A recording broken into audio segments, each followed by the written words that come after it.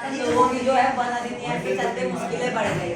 वो जो है क्या जंगल से चीजें नहीं ले सकते थे, जैसे फल फूल हो गए जो कि पोषण चीजें होती हैं, क्योंकि पहले बाजारों में तो ये चीज मिलती नहीं थी। लोग खुद ही जंगल से लेके आते थे और सीधे लोग बेचते भी नहीं थे, क्योंकि लोगों की चीजें बिकती नहीं थी, क्योंकि लोग खुद ही जंगल से लेके आ जाते थे इसलिए। और जड़ी बूटियां ये सब लेना, टोकरियां जो बांस होते हैं टोकरियां बनती थी उससे पहले लोग बेचते थे, वो सब क्या हो गया, बंद हो गया। अब जंगल बंद हो गया तो उन सबका रोजगार छिन गया।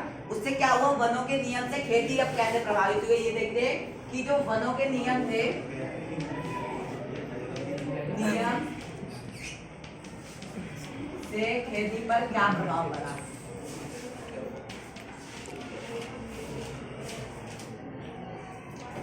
अब देखो वनों के नियम से खेती पर क्या प्रभाव पड़ा कि जो गांव के लोग थे उन्होंने क्या किया,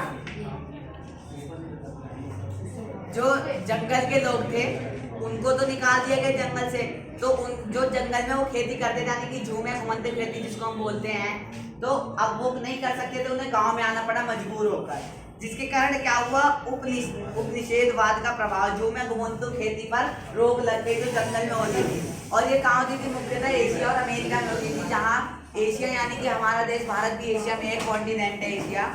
अब शिकार की आजादी किसे दी, ठीक है, शिकार देखो अब जैसे वनों पर लगा रोक, अब आगे जाकर ऐसे ही शिकार पर रोक लग गया। शिकार पहले लोग शौक के लिए भी करते थे। देखो दो तरह के शिकार होते हैं, हम पहले अब हम पढ़ते हैं थोड़ा शिकार के बारे में। देखो शिकार दो तरह के होते थे, एक शिकार होता था जीवन यापन, यानी कि जीवन का गुजारा करने के लिए, जिनको मवेशी भी बोलते हैं, कि मवेशी वो जो अपनी फसल नहीं उगाते थे, वो नॉनवेज यानी कि मांस खा के जिंदा रहते थे। और एक शिकार होता है शौक के लिए, जो राजा महाराजा लोग थे पहले बड़े बड़े जानवरों यानी कि जैसे शेर हो गया, चीता हो गया, उनका शिकार करते थे। और जो जंगल के यानी कि जो आदिवासी लोग थे वो जानवरों का शिकार करते थे खाने के लिए, और जो शौक मतलब जो राजा महाराजा थे वो शौक के लिए कि हमने इतने बड़े जानवर को मार गिराया, वो उसका कुछ करते नहीं थे। तो अब इस पर क्या हुआ, आगे जाकर इस पर भी पाबंदी लग गई। कैसे, देखो बैगा मध्य का एक वन समुदाय है, वन समुदाय यानी कि एक ग्रुप है जिसका नाम बैगा है। 1892 यानी कि 1892 में जब उनकी घुमंतु खेती पर रोक लगा दी गई, तब उन्होंने सरकार को यह याचिका दी। जब घुमंतु खेती पर रोक लगा दी तो उन्होंने सरकार को एक याचिका लिखी, यानी कि एक पत्र लिखा। उसमें उन्होंने क्या लिखा था, ध्यान से सुनते हैं कि हर रोज हम फाका करते हैं, क्योंकि हमारे पास खाने का अनाज, फाका यानी कि शिकार, फाका से मतलब है शिकार, हर रोज हम शिकार करते हैं क्योंकि हमारे पास खाने का अनाज नहीं है, क्योंकि आपने घुमंतु खेती पर रोक लगा दिया है, तो हम खेती कैसे करें। हमारे पास सिर्फ एक ही दौलत है और वह है हमारी कुल्हाड़ी। हमारे पास एक ही दौलत है, वो क्या है, हमारी कुल्हाड़ी, हमारा जो हथियार है वेपन। हमारे पास अपने तन ढकने को कपड़े नहीं है, आग ताप कर हम ठंड की रातें गुजारते हैं। हम अब खाने के लिए मर रहे हैं, हम कहीं जा भी नहीं सकते। हमने ऐसी क्या गलती की है कि सरकार हमारी परवाह नहीं करती। कैदियों को जेलों में पर्याप्त भोजन दिया जा रहा है, घास उगाने वालों को भी उनकी जमीन से बेदखल नहीं किया जाता है, लेकिन हम जो यहाँ कई पीढ़ियों से आए हैं, हमें सरकार हमारा अधिकार क्यों नहीं देता।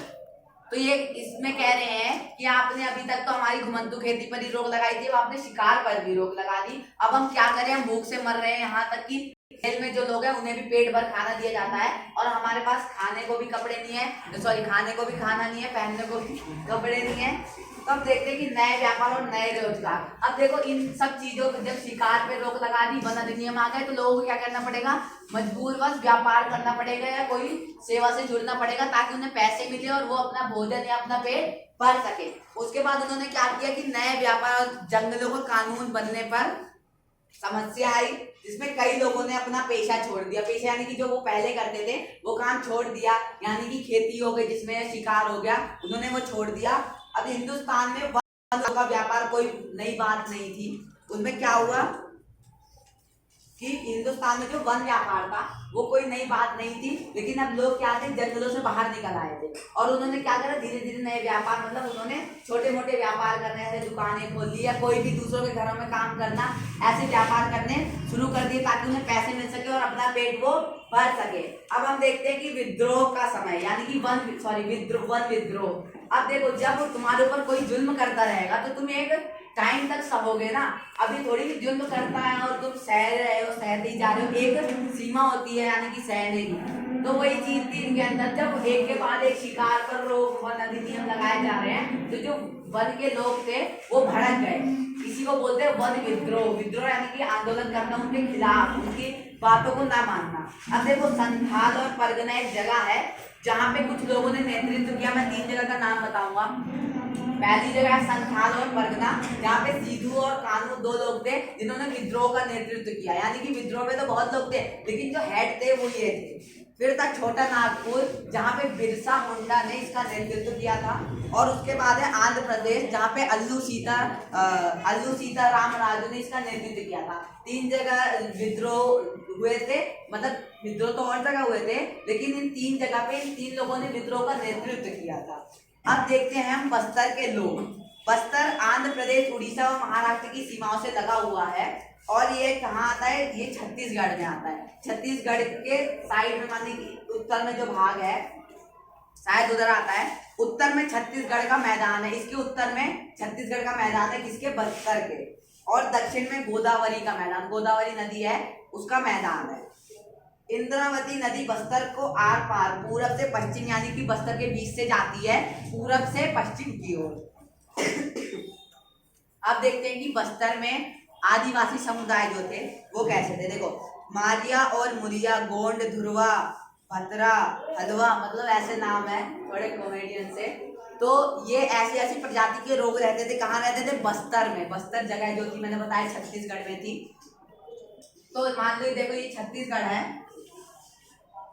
तो इस एरिया में जो है ये बस्तर था, एरिया में जो छत्तीसगढ़ का मैदान था, और इस साइड जो है गोदावरी नदी का मैदान था। ठीक है। तो जो बस्तर के लोग यहाँ किस किस प्रजाति के लोग रहते थे, तो उनका नाम क्या है? पहला नाम है मारिया, मुरिया, गोंड, धुरवा, भतरा, हलवा। ठीक है, ये नाम थे, आप नोट कर सकते हैं अपनी कॉपी में। और अलग अलग जबान बोलने के बावजूद इनके रीति रिवाज क्या थे? एक थे, और ये एक दूसरे पर विश्वास करते थे। अलग अलग जबान यानी कि सबकी अलग अलग भाषा थी, लेकिन ये क्या थे? एक थे, मतलब एकजुट होकर अपने त्योहारों को मनाते थे। ये क्या कहते थे? धरती माँ, तो कहते थे कि धरती हमारी माँ है, और उनको क्या कहते हैं? उनकी पूजा भी करते थे। प्रत्येक खेती हर त्योहार पर धरती को चढ़ावा चढ़ाते थे, यानी कि कुछ ना कुछ उपहार देते थे। नदी जंगल पहाड़ों की आत्मा को भी उतना ही मानते थे। मतलब ये लोग क्या थे? प्राकृतिक प्रेमी थे, और ये जो थे ये प्रकृति से प्रेम करते थे। ये धरती को अपनी माँ मानते थे, और जो जंगल, जो पहाड़, पेड़ पौधे, मतलब पानी जो भी है, उनको भी, उनकी आत्मा को भी मानते थे, मतलब प्रकृति से प्रेम करते थे। इनका ये मानना था, क्योंकि हर गांव को अपनी चौहद्दी पता, चौहद्दी यानी कि सीमा को बोलते हैं, लाइन को, इसलिए ये लोग इन सीमाओं के भीतर समस्त प्राकृतिक संपदाओं की देखभाल करते थे। अब देखो सबकी अपनी अपनी एक सीमा थी, तो जो लोग थे वो अपने अपने गांव के अंदर जो प्राकृतिक चीजें थी उनकी देखभाल करके रखते थे कि कोई किसी चीज का कोई नुकसान तो नहीं हो रहा। ठीक है। और यदि एक गांव के लोग दूसरे गांव से लकड़ी लेते तो शुल्क चुकाना पड़ता था, यानी कि अगर मान लो उनके गांव में लकड़ी कम या पेड़ पौधे कम हो गए कटाई के कारण, तो दूसरे गांव से लेके आने थे, जिसके कारण उन्हें शुल्क यानी कि कुछ पैसे नहीं देने पड़ते थे, जिसके बदले उन्हें देवसारी, दांड या मान कहा जाता। मतलब जो वो देते थे शुल्क, उसको क्या कहते हैं? दांड कहते हैं या मान कहते हैं, उसको कहते हैं। ठीक है। अब चौकीदार जंगलों की हिफाजत के लिए होते थे। वेतन जो है हर घर से, तो अब उन्हें वेतन नहीं मिलती थी, उन्हें हर घर से थोड़ा थोड़ा अनाज मिलता था, जो चौकीदार थे जंगलों की सुरक्षा के लिए। अब हर वर्ष एक बड़ी सभा का आयोजन होता था, जहां एक परगने यानी कि गांव का जो समूह होता है के गांव के मुखिया जुटते हैं और जंगल सहित तमाम दूसरे अहम मुद्दों पर चर्चा करते हैं। मतलब जो दिक्कत होती है जंगलों में उस पर वो चर्चा करते थे, जो मुद्दे होते हैं मेन टॉपिक्स पर। अब देखते हैं कि लोगों का भय। औपनिवेशिक सरकार ने अब देखते हैं कि लोगों का भय क्या था, यानी कि लोगों के भय। औपनिवेशिक सरकार ने 1905 में जब जंगल के 2/3 हिस्से को आरक्षित करने को कहा, यानी कि 2/3, यानी कि अगर पूरे देश में 100% मान लो हम जंगल मानते हैं, तो उसमें 66% जंगलों को आरक्षित यानी कि अपने लिए रख लिया अलग से, जहां से कि लोग कोई चीजें नहीं ले सकते। और बचे हुए देखो 66% को अपने लिए आरक्षित कर दिया, 66.66% को आरक्षित कर दिया और 33.33% को लोगों के लिए रखा। जिससे क्या हुआ, इस लोगों ने क्या किया, विद्रोह किया। कुमंतु खेती को रोकने और शिकार मान्य उत्पादों के संग्रह पर पाबंदी लगाने बस्तर के लोग बहुत परेशान हो गए, जिससे कि कुछ गांवों को आरक्षित वनों में इस शर्त पर रहने दिया गया कि वे वन विभाग के लिए पेड़ों की कटाई या मतलब अब कुछ जो लोग थे गांव के जिनको जंगल से निकाला जा रहा था कानून लगाने के बाद, उनको इसलिए रोक दिया। उन्होंने कहा कि हम फ्री में पेड़ों की कटाई करेंगे, किसके लिए, अंग्रेजों के लिए, जिसके कारण उन्हें रोक दिया गया। आगे से बाद में इन्हीं को वन ग्राम कहा गया, वन ग्राम कहा गया, जो कि लोग रुक गए, जो कि जंगल से बाहर नहीं गए। बाकी गांव के लोग बगैर किसी सूचना या मुआवजे के हटा दिए गए। बेकार उस चीज को कहते हैं जैसे मूल्य चुकाए बिना श्रम करने की प्रथा, यानी कि बेकारी जिसको बोलते हैं। तो जिन लोगों ने क्या कहा अंग्रेज से कि हमें अपने गांव से मत निकालो, हम तुम्हारे लिए फ्री में पेड़ पौधे काट देंगे तुम्हारे लिए, तो वो क्या थे, वो बेकारी कर रहे थे, उन्हें इसका कोई शुल्क नहीं मिल रहा था, वो फ्री में काट रहे थे, मतलब मेहनत भी कर रहे थे, उसकी कोई मजदूरी भी नहीं मिल रही थी। फिर उसके बाद क्या हुआ, भयानक अकाल का दौर आया। पहले 1899 से 1900 यानी कि 1 साल तक रहा। उसके बाद फिर 1907 से 1900 मतलब एक साल के लिए आया। 1899 से यानी कि 1899 से 1900 तक, और फिर 1907 से 1908 तक अकाल का दौर था। ठीक है, वन आरक्षण ने चिंगारी का काम किया। अब परेशानी के बाद क्या हुआ, लोगों ने बाजारों में त्योहारों के मौके पर और जहां कहीं भी मिलते वहां पर करते थे, चर्चा करने लगते थे इन कानूनों के बारे में। मुखिया और पुजारी इकट्ठा होते थे और वहां जमा होकर इन मुद्दों पर चर्चा करना प्रारंभ कर दिया। ठीक है, अब जब इन्होंने चर्चा करना प्रारंभ कर दिया, फिर क्या हुआ, कांगोर वन के जो धुरवा समुदाय के लोग थे वो सबसे आगे, क्योंकि आरक्षण सबसे पहले यही लागू था। विद्रोह में सबसे आगे थे जो कांगेर वन के जो लोग थे, वो विद्रोह में सबसे आगे थे, क्योंकि सबसे पहले जो कानून था वो यही लागू होता, यही के लोगों को सबसे पहले जंगलों से बाहर निकाला गया था। जहाँ पे गुंडाधुर यानी कि आंदोलन की एक अहम शख्सियत मानते हैं नेथा नार गांव। गुंडाधुर एक व्यक्ति का नाम है जो कि आंदोलन की एक अहम शख्सियत